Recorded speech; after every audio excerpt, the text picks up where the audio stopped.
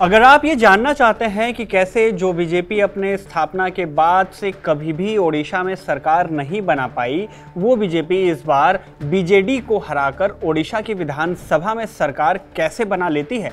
दूसरे शब्दों में कहें तो वो बीजू पटनायक की बनाई हुई पार्टी जो अपने स्थापना के बाद से ही यानी साल 2000 से लेकर साल 2024 तक लगातार जीत दर्ज करती आई और नवीन पटनायक बतौर मुख्यमंत्री 24 साल और 98 दिन तक बने रहे। ऐसे में सवाल आता है कि वो पार्टी एकाएक इतनी कमजोर कैसे हो गई कि वो सत्ता से बाहर हो गई। अगर इन दोनों मुद्दों पर आपके मन में सवाल है तो इस वीडियो में दोनों ही मुद्दों पर आपको बहुत कुछ जानने को मिलेगा। हेलो एंड वेलकम, मैं हूं शुभम और आप देख रहे हैं स्विच। साल 2024 में जब पूरे देश में लोकसभा के चुनाव हुए तो इसी दौरान ओडिशा के विधानसभा के चुनाव भी कराए गए। इस चुनाव में बीजेपी ने कुल 147 में से 78 सीटें जीती और राज्य में स्पष्ट बहुमत की सरकार पहली बार बनाई। कभी सरपंच रहे मोहन मांझी को ओडिशा का नया मुख्यमंत्री भी बना दिया गया। खैर, अब बीजेपी की यहां जीत की चर्चा बेहद तेजी से हो रही है। चर्चा इसलिए क्योंकि बीजेपी ने बीजू जनता दल को इस चुनाव में पछाड़ दिया। वो बीजू जनता दल जो बीते 24 साल से बैक टू बैक इस राज्य में अपनी सरकार चला रही थी और न केवल सरकार राज्य में चला रही थी बल्कि लोकसभा के भी ज्यादातर सीटों पे बढ़त बनाए रखती थी। लेकिन इस चुनाव में न केवल राज्य की सरकार बीजू जनता दल के हाथ से गई बल्कि लोकसभा की सीटों में भी बीजेपी ने उन्हें मात दे दिया। अब बीजू जनता दल को हार क्यों मिली, ये जानने से पहले ये समझ लेते हैं कि बीजेपी की जीत और बीजू जनता दल की हार पर इतनी चर्चा क्यों हो रही है। इसे समझने के लिए एक बार आपको बीते कुछ सालों का आंकड़ा देखना होगा। पहले बात विधानसभा चुनाव की करते हैं। साल 2024 के इस विधानसभा चुनाव में बीजेपी ने 147 सीटों पर चुनाव लड़ा और उसमें से 78 सीटों पर जीत दर्ज की।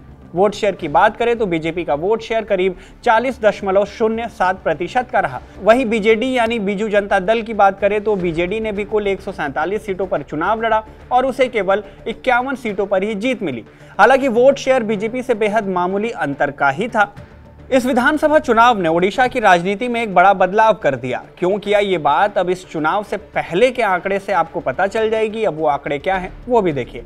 बात करें साल 2019 के ओडिशा विधानसभा चुनाव की तो इस चुनाव में बीजेपी को केवल 23 सीटें ही मिली थी यानी 23 सीटों पर ही जीत मिली थी। वहीं 112 सीटों पर जीत दर्ज कर बीजू जनता दल ने सरकार बनाई थी। दोनों पार्टियों के बीच वोट का अंतर भी 12% से ज्यादा का था। वहीं साल 2014 की अगर बात करें तो इस चुनाव में बीजू जनता दल को जहां 117 सीटों पर जीत मिली थी तो वहीं बीजेपी 10 सीटों के साथ दूसरे ही नहीं बल्कि तीसरे नंबर की पार्टी बन गई। वहीं साल 2009 में भी बीजेपी का कुछ ऐसा ही हाल था। जहां बीजेपी 6 सीटों के साथ तीसरे नंबर पर थी तो वहीं बीजू जनता दल 103 सीटों के साथ लार्जेस्ट पार्टी बनी।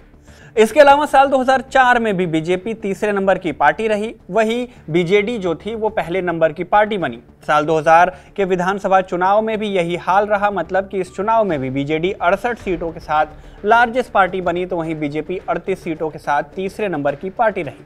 विधानसभा के ये आंकड़े बताते हैं कि बीते 24 सालों में हुए 5 चुनाव में बीजेपी कभी भी पहले नंबर की पार्टी नहीं बनी थी। लेकिन एकाएक इस चुनाव में तख्ता पलट हुआ और राज्य में बीजेडी का शंख फीका पड़ा और बीजेपी का कमल खिल गया। उसी बीजेपी का जो कई चुनावों में बीजेडी के साथ सरकार बनाने में खड़ी रहती थी। यानी साल 1998 से लेकर 2009 तक दोनों पार्टियों यानी बीजेपी और बीजेडी ने एक दूसरे के साथ कई चुनावों में साथ दिया और एक दूसरे का साथ देते हुए गठबंधन के तहत विधानसभा के चुनाव लड़े और सरकारें बनाई। लेकिन साल 2009 के बाद दोनों पार्टियां अलग अलग चुनावी मैदान में अपना दमखम दिखाने के लिए उतरने लगी। ये तो हुई बात विधानसभा की। अब बात अगर लोकसभा चुनाव की करें तो इस चुनाव के लोकसभा चुनाव में बीजेपी के सीटों ने सबको चौंका दिया। साल 2024 के चुनाव में बीजेडी को प्रदेश की 21 में से एक भी सीट पर जीत नहीं मिली। वहीं बीजेपी ने 21 सीटों में से 20 सीटों पर जीत दर्ज की। साल 2019 के लोकसभा चुनाव में बीजेडी के पास 21 में से 12 सीटें मिली थी और बीजेपी को केवल 8 सीट। अब अगर इससे भी पहले जाएं तो पता चलता है कि साल 2014 का जो लोकसभा चुनाव था उस साल के चुनाव में बीजेडी ने 21 में से 20 सीटों पर जीत दर्ज की थी और बीजेपी को 1 सीट ही मिली थी। लेकिन 10 साल के बाद जनमत ऐसा पलटा कि ये आंकड़ा बुरी तरह से बदल गया और 20 सीटें जीतने वाली बीजेडी अब 0 पर सवार हो गई। अब आप सब समझ गए होंगे कि ओडिशा में बीजेपी की जीत की चर्चा क्यों हो रही है, लेकिन इस चर्चा के साथ एक सवाल भी आता है। सवाल ये कि ये सब कैसे हुआ, मतलब जो पार्टी कभी पूरे राज्य के लोकसभा सीटों से लेकर विधानसभा तक के सीटों पर लीड में रहती थी, वो कैसे इतनी बुरी स्थिति में आ गई। देखिए, चुनाव से पहले की बात करें तो कई मीडिया रिपोर्ट्स में लिखा गया कि देश में बीजेपी की जैसी लहर तेजी से चल रही है, वैसा ओडिशा में भी देखा गया। बीजेपी उत्तर के राज्यों के साथ दक्षिण में भी अपने सीट बढ़ाने में पूरी तरह से लगी हुई थी। ऐसे में ओडिशा में 8 सीटें जीतने वाली बीजेपी अपनी सीटें बढ़ाने की पूरी कोशिश कर रही थी। चुनाव प्रचार से लेकर मोदी की गारंटी वाला कैंपेन देश भर में वोटर्स को एकदम लुभा रहा था। अब भले ही पूरे देश में इसका खास प्रभाव देखने को नहीं मिला, लेकिन ओडिशा में इसका असर साफ दिखाई दिया। ऐसा इसलिए भी क्योंकि बीते 24 सालों से जैसे प्रदेश की जनता एक ही पार्टी और एक ही नेता को चुनते आई थी, उसमें अब एंटी इनकम्बेंसी यानी बदलाव की चाहत जगने लगी। अमूमन 10 से 15 सालों के अंदर ही वोटर्स में एंटी इनकम्बेंसी का भाव दिखने लगता है। ऐसे में बीजेडी ने तो पूरे 24 साल पूरे कर लिया और उससे ज्यादा का भी सफर पूरा कर लिया। इन सब के अलावा मीडिया रिपोर्ट्स में ओडिशा में बीजेडी की हार को लेकर एक और नैरेटिव बहुत तेजी से फैल रहा है। नैरेटिव है नवीन पटनायक के करीबी माने जाने वाले पांडियन को लेकर। भारत के दूसरे सबसे लंबे समय तक सेवा करने वाले और देश के सबसे लोकप्रिय नेताओं में से एक के तौर पर भी जाने जाने वाले मुख्यमंत्री नवीन पटनायक, माफ करिएगा, पूर्व मुख्यमंत्री नवीन पटनायक की हार के लिए पांडियन को जिम्मेदार ठहराया जाने लगा।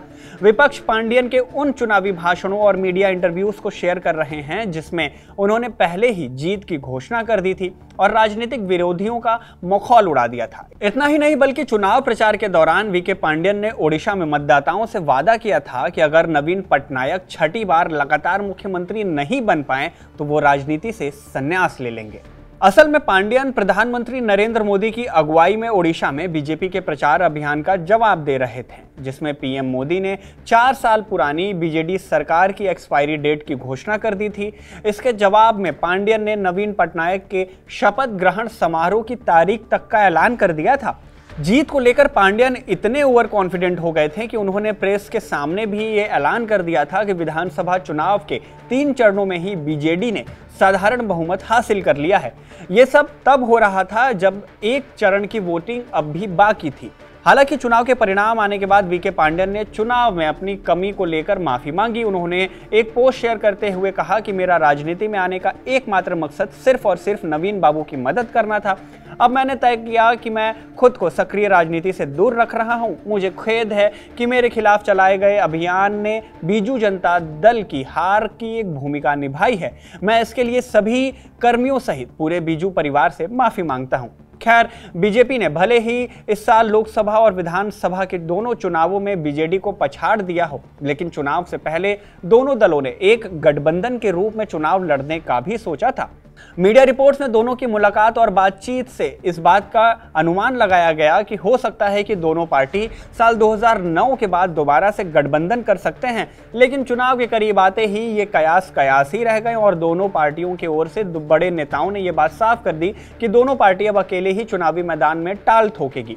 लेकिन इस चुनावी मैदान में जीत बीजेडी के हाथों से छीनकर बीजेपी के पास चली गई। खैर, आपको इस पूरे मामले पर क्या लगता है? आपकी राय जो भी हो हमें कमेंट बॉक्स में जरूर बताएं। अगर ये वीडियो पसंद आई तो इसे लाइक करें, शेयर करें और अगर ऐसी ही वीडियोस देखना आपको पसंद है तो स्विच को सब्सक्राइब जरूर कर लें।